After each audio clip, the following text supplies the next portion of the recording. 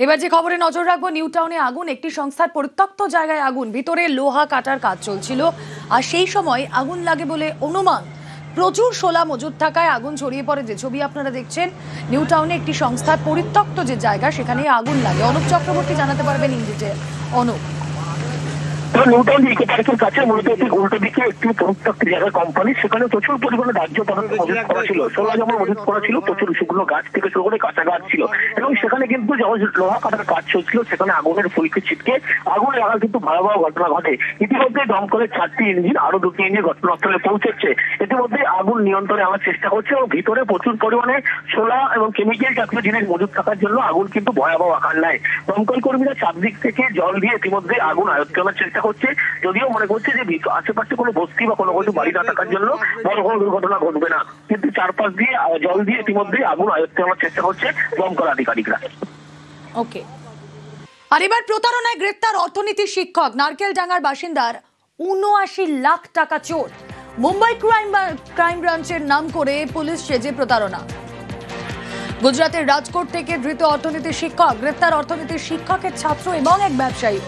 গুজরাট থেকে ৩ প্রতারককে গ্রেপ্তার কলকাতা পুলিশের। আরো একবার জানিয়ে রাখি, প্রতারণায় গ্রেপ্তার অর্থনীতি শিক্ষক, নারকেলডাঙ্গার বাসিন্দার ৭৯ লাখ টাকা চোর। কথা বলবো, প্রতিনিধি সুদীপ্ত সেন রয়েছেন সঙ্গে। সুদীপ্ত, এই প্রতারণা ঠিক কতদিনের, কিভাবে প্রতারণার এই ফাঁদ পেতেছিলেন অর্থনীতি শিক্ষক?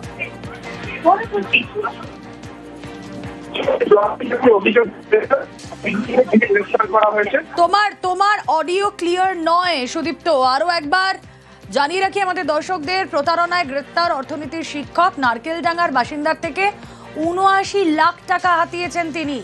মুম্বাই ক্রাইম ব্রাঞ্চের নাম করে পুলিশ সেজে প্রতারণা। গুজরাটের রাজকোট থেকে ধৃত অর্থনীতির শিক্ষক গ্রেপ্তার। অর্থনীতি শিক্ষকের ছাত্র এবং এক ব্যবসায়ী।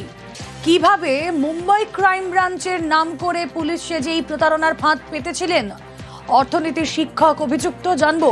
সুদীপ্ত রয়েছেন সঙ্গে। সুদীপ্ত, কলকাতার এক প্রবীণ নাগরিক, তাকেই ফোন করা হয় এবং মুম্বাই ক্রাইম ব্রাঞ্চের নাম করে ৭৯ লাখ টাকা প্রতারণা করা হয়েছে। গুজরাটের রাজকোট থেকে গ্রেপ্তার করা হয়েছে অর্থনীতি শিক্ষক ধরু রবিকান্ত বকুল গোপাল ভাই সহ তার আরো একজন ছাত্র, তার নাম সন্ধান বা জিনেশ নরেন্দ্র ভাই, এবং আরো একজন ব্যবসায়ী চন্দ্রা বিপুল কুমার বান্না ভাই।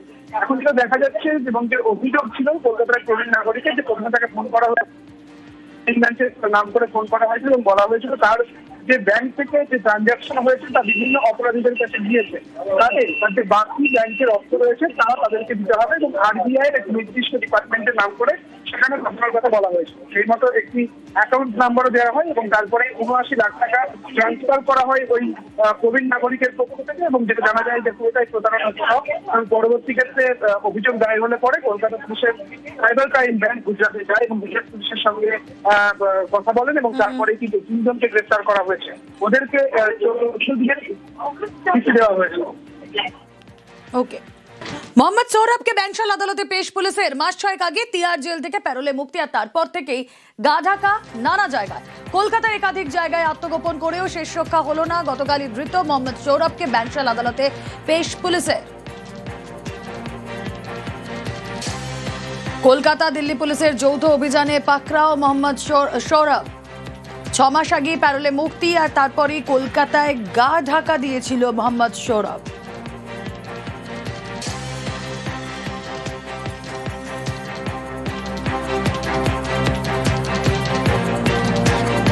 কলকাতা একাধিক জায়গায় আত্মগোপন করেছিল সে। রিপন স্ট্রিট থেকে গ্রেফতার তিহার খাটা দাগি খুনি মোহাম্মদ সৌরভ। ধৃতের বিরুদ্ধে ৬টি খুন সহ একাধিক অপরাধের মামলা রয়েছে। প্রথমে পার্ক স্ট্রিটে দিন কয়েক গা ঢাকা দেয় মোহাম্মদ সৌরভ, সেখান থেকে তপসিয়া। কিছুদিন অ্যাপ বাইকও চালায় সে, সেটাও আরেকজনের আইডি নিয়ে। দিল্লি পুলিশের টিম যোগাযোগ করে কলকাতা পুলিশের সঙ্গে। এরপরে কলকাতা দিল্লি পুলিশের যৌথ অভিযান, পাকড়াও মোহাম্মদ সৌরভ।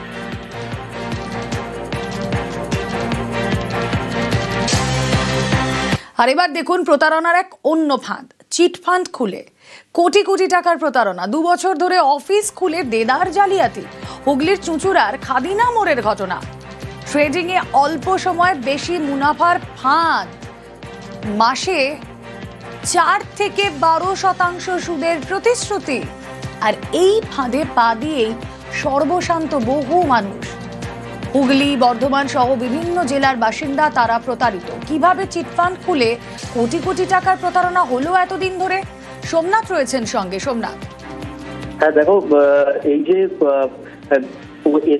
বেশি সুদে টাকা দেওয়ার জন্য বেশ অনেকেই তারা হুগলি, বর্ধমান, উত্তর চব্বিশ পরগনা, দক্ষিণ চব্বিশ পরগনা, মুর্শিদাবাদ এবং বিভিন্ন জায়গা থেকে তারা অতি বেশি সুদের জন্য টাকা তারা দেয় এবং তারাও এক্সট্রা 2% পাবে বলে যদি কাউকে নিয়ে আসে তারাও এক্সট্রা 2% টাকা পাবে এই প্রতিশ্রুতি দেয় এবং এই জন্য তারা অনেকেই প্রায় কোটি কোটি টাকা এখানে ইনভেস্ট করার পর তাদের বেশ কয়েক মাস তারা সুদ পায়।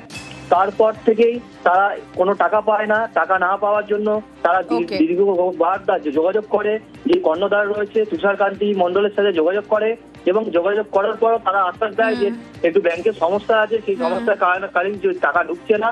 তারপরে তাদেরকে আজকে সময় দেয় যে আজকে সব সমস্যা তাদের মিটিয়ে দেওয়া হবে, যে টাকা পাওনা রয়েছে সেই টাকা তাদের দেওয়া হবে।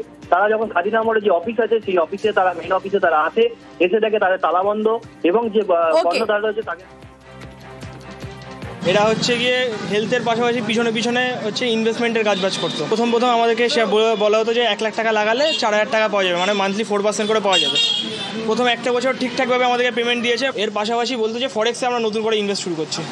যখন ফরেক্সে ইনভেস্ট করে তখন বলা যে পার্সেন্টেজটা এখন 4% না, অফারে তোমাদেরকে 12% দেওয়া হবে। 2,25,00,000 মতো আমাদের টোটাল ইনভেস্টমেন্ট হয়েছে বারাসাত থেকে। তারা প্রথম 2 মাস করে 12% পেয়েছিল টাকা, ফেব্রুয়ারিতে 6% দিয়েছে, তারপর থেকে পুরোপুরি স্টপ। এবার এসএসসির পর প্রাথমিকে নিয়োগ। আজ থেকেই প্রাথমিকে শিক্ষক নিয়োগের প্রক্রিয়া শুরু। বিজ্ঞপ্তি জারি প্রাথমিক শিক্ষা পর্ষদের। আজ দুপুর 3টে থেকেই অনলাইনে আবেদন। 9 ডিসেম্বর পর্যন্ত অনলাইনের আবেদনের সুযোগ টেট উত্তীর্ণদের। কিভাবে আবেদন, কিভাবে চলবে এই নিয়োগ প্রক্রিয়া জানবো। প্রতিনিধি সোমরাজ বন্দ্যোপাধ্যায় রয়েছেন সঙ্গে। সোমরাজ, দেখো, তোমাকে প্রথমেই জানিয়ে রাখি, এই নিয়োগে 2014 সালে টেট উত্তীর্ণ থেকে শুরু করে 2017, 2022 এবং 2023 4টি বছরে টেট উত্তীর্ণরাই আবেদনের সুযোগ পাবেন। পাশাপাশি প্রাথমিক শিক্ষক নিয়োগ প্রক্রিয়ার জন্য যেমন টেট উত্তীর্ণ হতে হবে, তেমনি ডিএলএড প্রশিক্ষণও থাকতে হবে, তবেই কিন্তু প্রাথমিক শিক্ষক নিয়োগ প্রক্রিয়ার জন্য আবেদন করা যাবে। প্রাথমিক শিক্ষা পর্ষদের তরফে জানানো হয়েছে যে আজ থেকে 9 নভেম্বর 11:59 পর্যন্ত এই আবেদন করা যাবে। পর্ষদের যে ওয়েবসাইট দেওয়া হয়েছে সেই ওয়েবসাইটের মাধ্যমে আবেদন করতে পারবেন পরীক্ষার্থীরা এবং আবেদনের পর পর্ষদের তরফে পরবর্তী পদক্ষেপ নেওয়া হবে। তবে সেক্ষেত্রে যে প্রক্রিয়া মেনে আবেদন করতে হবে সেই প্রক্রিয়াগুলিও বিস্তারিত পর্ষদের ওয়েবসাইটে দিয়ে দেওয়া হয়েছে। ওকে, সঙ্গে থাকো সোমরাজ। এর মধ্যে আপনাদেরকে জানিয়ে রাখি, ডিসেম্বরের 3য় সপ্তাহে ইন্টারভিউতে শুরু। দক্ষিণ চব্বিশ পরগনা, হুগলিতে শূন্যপদ সব থেকে বেশি, পূর্ব মেদিনীপুরে শূন্যপদ 100-র নিচে। জেলা ভিত্তিক এই নিয়োগ প্রক্রিয়া কিংবা এই ইন্টারভিউ প্রসেস কিভাবে চলবে জানাবেন। সোমরাজ রয়েছেন সঙ্গে। সোমরাজ, দেখো, ইতিমধ্যেই প্রাথমিক শিক্ষা পর্ষদের তরফে যে বিজ্ঞাপন দেওয়া হয়েছে সেখানে কোন জেলায় কত সংখ্যক শূন্যপদ তার বিস্তারিত তালিকা প্রকাশ করে দেওয়া হয়েছে। সেখানেই বলা হয়েছে প্রথমত যে দক্ষিণ চব্বিশ পরগনা এবং হুগলি জেলায় সব থেকে বেশি শূন্যপদ রয়েছে। দক্ষিণ চব্বিশ পরগনা জেলায় 1471টি শূন্যপদ রয়েছে, হুগলি জেলায় 1212টি শূন্যপদ রয়েছে। এর পাশাপাশি যেটা দেখা যাচ্ছে পূর্ব মেদিনীপুর জেলায় সবচেয়ে কম শূন্যপদ রয়েছে, মাত্র 76টি শূন্যপদ রয়েছে পূর্ব মেদিনীপুর জেলায়। এছাড়াও কলকাতায় শূন্যপদ রয়েছে 947টি। দক্ষিণবঙ্গের জেলাগুলিতে দেখা যাচ্ছে সব থেকে বেশি শূন্যপদ রয়েছে প্রাথমিক শিক্ষক নিয়োগের জন্য। মূলত যে শূন্যপদের তালিকা প্রকাশ করা হয়েছে সেখানে প্যারা টিচারদের জন্য যে সংরক্ষিত পদ, সেই প্যারা টিচারদের জন্য সংরক্ষিত পদ নিয়েই মোট শূন্যপদের তালিকা প্রকাশ করেছে প্রাথমিক শিক্ষা পর্ষদ। বেশ।